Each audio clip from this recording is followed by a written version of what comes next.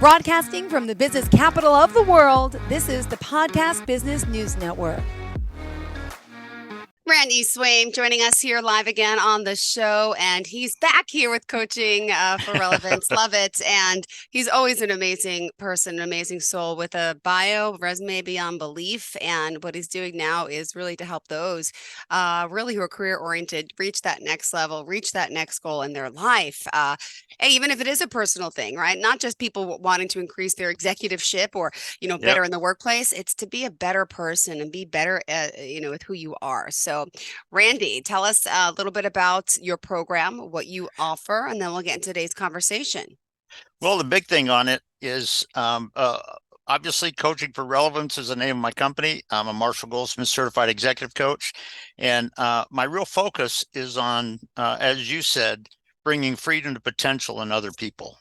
It's not just calling attention that I did this or that. It's just that they gained some insights and they improved themselves and they became something maybe they weren't before, and they're finding a better result, maybe like you said and implied, in their business, in their team, in their organization, or in their family, who knows, kind of thing. So it's really that aspect of bringing freedom to potential.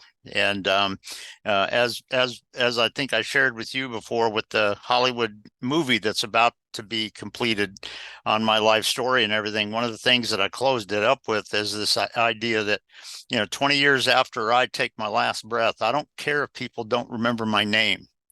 But what I hope is that there are people that remember that, golly, 20 or 30 years ago, there was this guy and there was this insight, and I brought it to my life, and man, it's made a difference, and that's what I want. I want to just make a difference in up and coming leaders, in people that are training other people or developing other people, and all that, and bringing some concepts and insights in leading your teams that very often people don't think about. Got it. Well, also, we're opening up the phone lines today. If you want to call in with any questions, 631-307-4010, 631-307-410, if you do want to give us a call. So for today, what did you have in mind for us, Randy? Well, what I thought I'd do is take just a few minutes and bring out one insight that sometimes can be misinterpreted or sort of understood, if you will, in a lot today. And what I'm going to do, just to make it very simple, is what I'm going to do is mention this concept that when you think of these two terms, they're not completely separate from each other, but there's some things to think about it. And the two terms that I'm going to kind of address are the concept of diversity and unity. Sometimes it's easy to kind of look at those two concepts as being completely separate and argumentative with each other. Well, they're not. And when you think about it, particularly when you're talking about leading teams in an unpredictable, changing, environment in today's world, one of the things that I kind of talk about when you talk about this aspect of diversity, not everybody on your team has exactly the same background. And what you're going to find is that sometimes if you have somebody that has a little bit of a different history and background, or a little bit of a different vision, what they may have, it should be aligned with your organization, no two ways about it, but they may have some insights when you're running into a tough spot, or when you're running into some clients or some collaborative people that are working with you. They may have some insights that even you, the leader, doesn't have, or the rest of your team doesn't have. And they may have some solutions that you wouldn't have even thought about, possibly. And so it's interesting that when you're talking about this aspect of diversity, that can be a valuable thing when you're talking about trying to really make your team successful and business successful. Now, I will say this, that when you look at that with the concept of unity, are they being unified with where your team wants to go? If somebody's taking that to be the total emphasis of their mindset and not where your team's trying to go, that can be an issue. that is not what you want.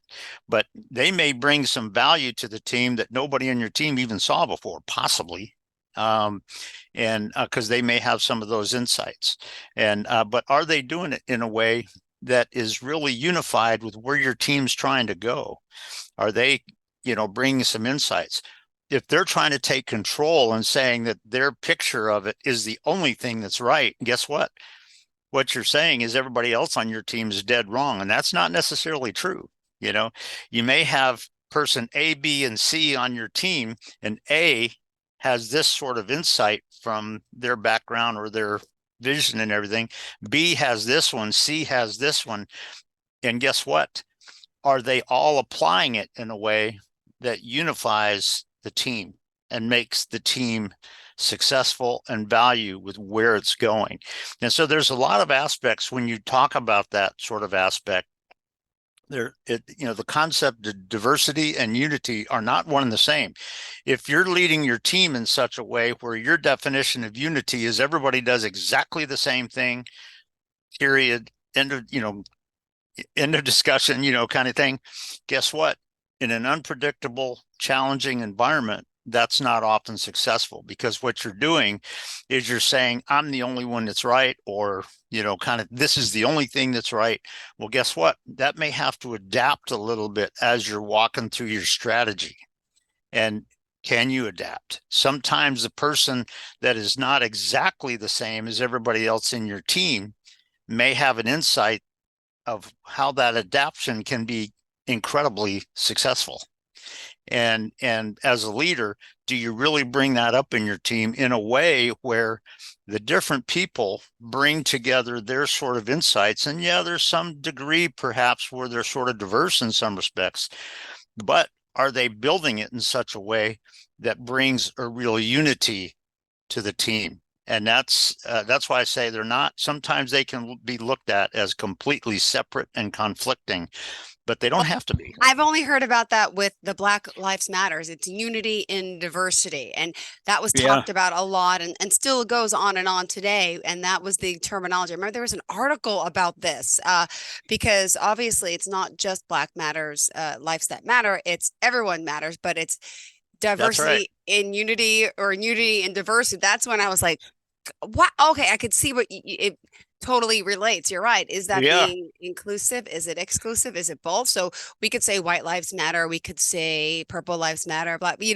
everyone has the right to say it. But the inclusivity and oh gosh, it does get a little confusing here. So and it does. It's something that people, can be confused about it. It can be not totally understood. But you're right, exactly that, Jill. But here's what I would say is, as a leader in your team, are you leading it in such a way where people see the value points of it, but also they can all, even the people that are diverse from each other a little bit, can they all see that line that you don't want to cross, because it's going to, destroy the team or make it unsatisfactory or whatever. And so in everything, regardless of which side, if you're talking about that, or if you're talking about any other way of thinking about something that you're trying to accomplish, there's always that line where if you cross that line, all of a sudden your team just collapses in its effort. And you definitely don't want that. So do people have clarity on that? And as a leader, I would say, are you asking the right questions when you're communicating with your team that help people see the value? Because here's the thing, when you come up with a challenging point in your strategic plan, you may find that, your team member A over here is, kind of sees some academic aspects about it, and they kind of come out with what you think is purely academic. But team member B or C over here, has an insight that nobody else would have even thought about. Wow. And everybody goes, wow, ooh, yeah.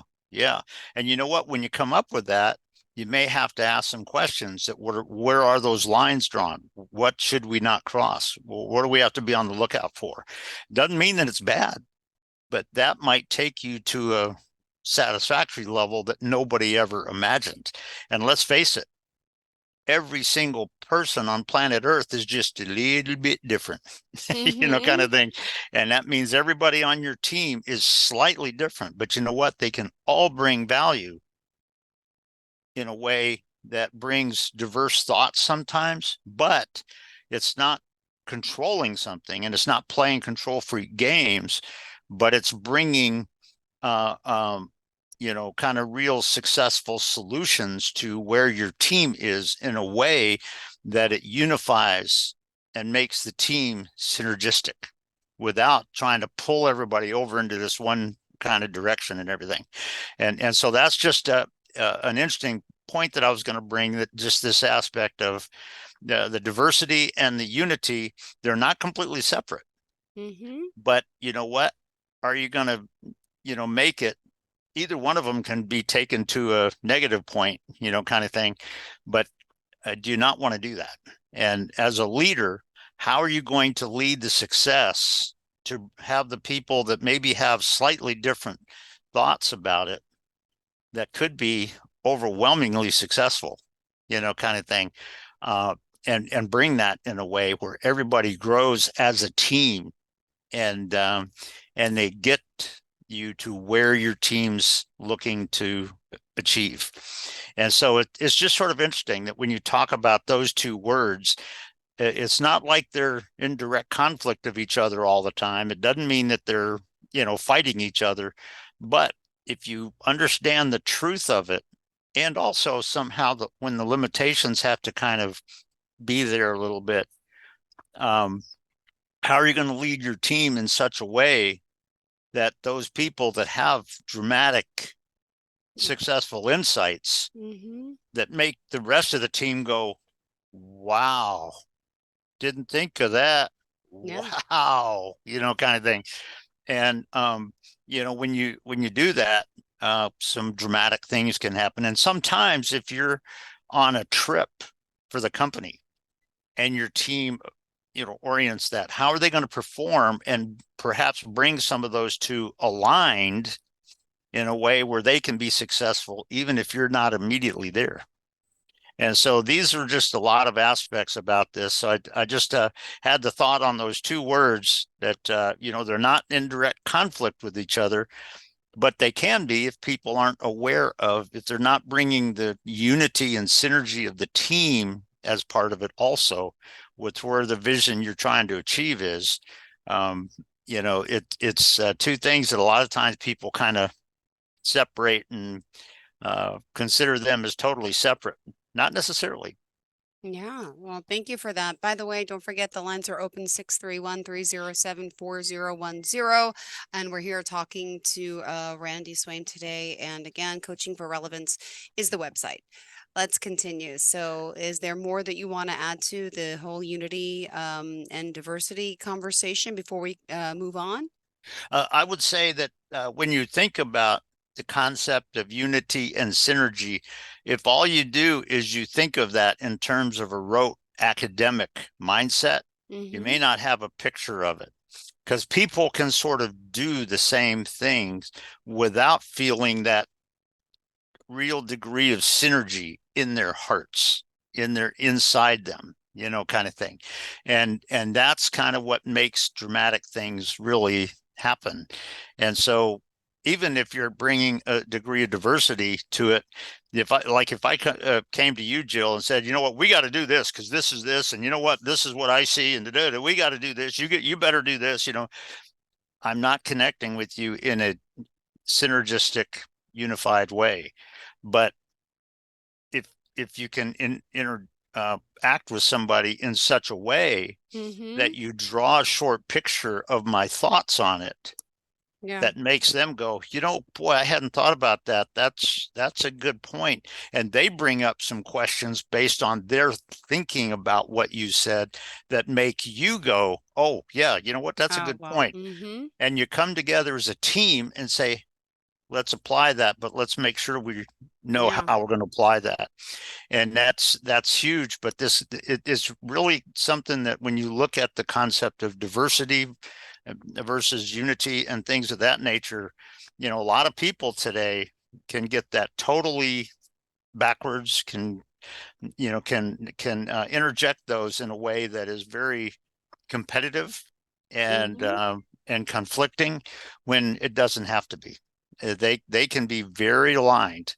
But are you, as a leader, are you really bringing that? Are you really allowing some of those conversations sometimes?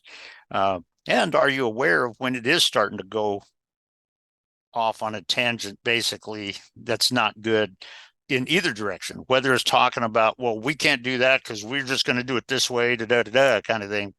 You can be overly crazy with the unity without really looking at how we really develop and experience that unity and synergy, or the other one too. So it is something that a lot of people, when you're talking about leading your teams, to what extent are you doing that? Or to what extent do you need to improve doing that?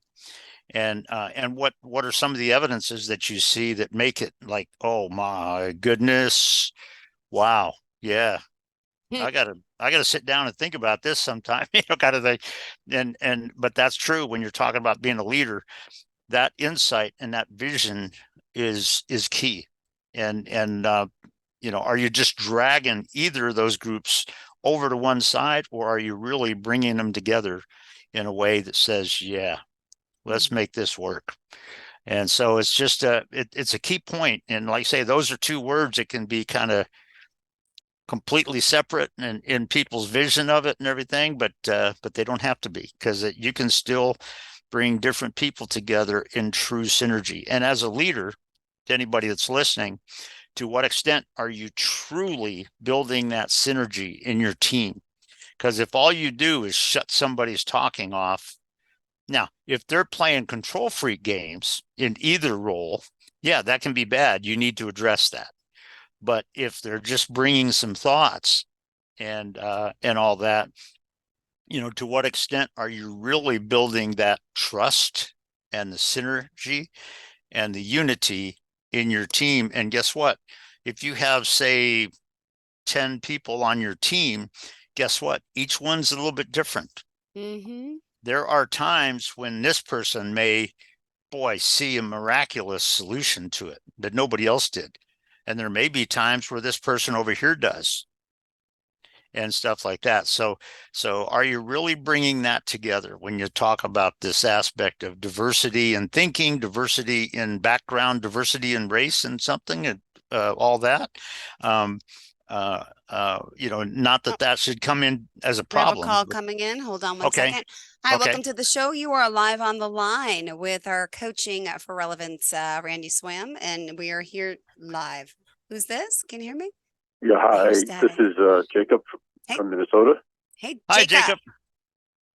Hey, how are you? Good. Good. Thank you. So get a quiet place. No problem. I'm going to create a positive work environment, but I have someone in the office that tends to be very negative all the time. So how can I get around that? That's a good point. And in some way, that's kind of a dovetail out of kind of what we were talking about today. But if you have somebody that's constantly speaking negative, there's a few senses, a few reasons why they might be. One may be a lot of their background, and they've got something in their journey that's still affecting them mentally when it doesn't need to be. Or it could be they just think that's the way they're supposed to do it and stuff. And the first thing to do as a leader is to have some real conversations with them and get a real sense of what's driving that for them. Because if it turns out to be control freak arrogance, okay, that you need to kind of confront and sort of back that part of it down. But in doing so, you can also do it in a way where, is that because you were disappointed because the team wasn't doing it the way you wanted it to be done or whatever, and have some conversations on that. And if it's so, you can kind of talk with them and let them know, what did you think was right about that? What's the downside of that? What's the risk on that? Right. And have some of those conversations. And sometimes if you can do that and you can help them get a sense of, oh, wow, yeah, you know what, I didn't think about that part of it. I see what you mean.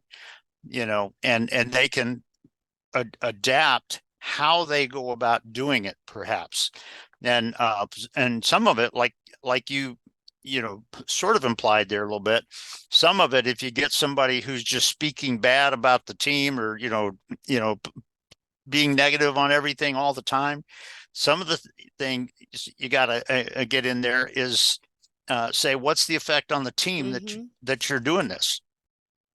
And we can't do that. So if some issue, and one of the things you can do, one of the questions you can ask on somebody like that, if they come up with if you're very aware of a certain circumstance that caused them to act that way, then what you can do is have a conversation where you talk about that circumstance and you ask them questions like, how are you going to do that differently next time? And what's, and get them thinking about that, because it may be they're just in an old school control freak manager's, mindset, which is not where you really want to be. But when you're talking about being a leader, it's a great question that you asked. And but when you're talking about being a leader, sometimes you got to just have those real conversations, and usually it's not something where you're kind of, beating them in the face or anything like that, but just having those very realistic conversations with them. And now, if you have some of those conversations and they still show they don't want to change, they want to play control freak games, then you may have to kind of talk to them and address some stuff. There are some people that sometimes you got to lay them off, kind of thing, if they're not going to be part of your team, because they don't have to think exactly like everybody else. That's that sort of diversity thing, but still doing it in a way that is unified and synergistic with the team. And those, it sounds like, based on what you said, it sounds like those are some of the conversations that need to be had before any real decisions are made up, because it may be that once they gain some insights on that as to how they can interact differently when those things come up, and they do that, all of a sudden, there you go. You got somebody that is actually going to be more positive going forward on your team. And the other part of it is they may have a conversation with somebody about the effective way that you interacted with them, kind of thing. And people go, wow, that's good, kind of thing. And so, but having some of those conversations, I think, are the first point in that. And then if you come up with a point where, this person just should not be here under any circumstances, kind of thing. Okay, there are some times you may have to lay somebody off, but what you want to do is make sure that you're very ethical with how you do that and when you do that. I got you. Okay. All right. Thank you for the All call. right. We Well, appreciate it. Yeah. Appreciate it. Oh my gosh. Thank you so much. All right. Hold on. We'll see you in a sec. All right. Also, we got someone emailed in, Melissa. How can you manage diversity? Well, we only got 2 minutes for that one. Well, I'll say it very quickly because it's a good question. But you know what? When you're talking about managing diversity, again, the big thing that I would say on that is what I said in the show here, that being aware of where the line is, where if it crosses that line, our team falls apart, versus are we doing the diversity in such a way where we're not crossing that line? And as a leader, you have to have a degree of clarity on that within your team. Where is it bringing the value? Where is it bringing some unseen possibilities? And when is it actually crossing that line? And that's what I would say is in terms of leading and managing are you aware of when it's crossing a line and putting a negative impact on your company and on your organization? And, sometimes having a conversation with them where, we're a team. Each of us brings different skills. Each of us brings different visions and awareness. Here's the vision where we're going as a team. How does that click in a positive way? And getting people to get a sense of what that really looks like. And for you, being aware of when it is actually crossing a line as opposed to just something rote academic. And that's the first insight for 2 minutes that I would share with her. A good question. Great. Well, thank you so much for being here, for joining us. Please remind us how we can reach you. Okay, it's Randy Swaim. You can see back here my website is coachingforrelevance.com. It's coaching for relevance.com, and you can go on there, and on the website, on the homepage at the bottom, there's my cell phone and my email. And if somebody wants to reach out and have a conversation, we can do that. As I've shared with you, Jill, before, I don't make big sales calls. I mean, it turns out that you have a need, yeah, we'll come up with something and we'll do it. But if somebody just wants to have a conversation, feel free. Thank you. We appreciate it. And by the way, how was your Thanksgiving? I didn't get to ask. It was very uneventful, and it was needed this year. It was Aw. very good and very peaceful. And Aw. so got a chance to talk with and communicate with my great grandkids, and that was kind of awesome. Oh, awesome. yeah, Well, it was thank good. you. Good. Pleasure to have you back. Always good to see you. And thank you for our callers, people inquiring today. And we'll talk soon. Have a good day. Are you looking for even more of the podcasts and hosts that you love? The Podcast Business News Network is proud to announce that you now have even more ways to listen live. Check out the MyTuner Radio, online radio box, and Simple Radio apps on iOS and Android, or find us online. Search for Business News Network on mytuner-radio.com, or search Podcast Business News Network on streama.com and onlineradiobox.com/US. Take your podcast on the go and don't miss a minute of the action.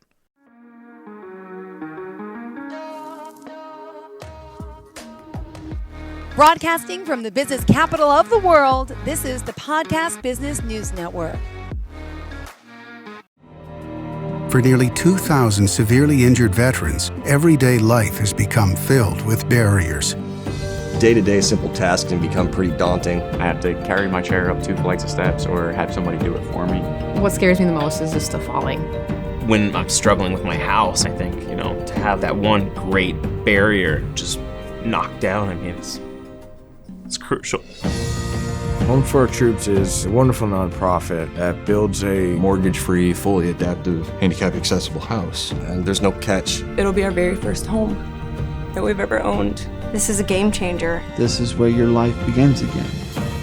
We need you to join us in completing this important mission. Please visit hfotusa.org and help build homes and rebuild lives. Because of you, everything's going to be okay.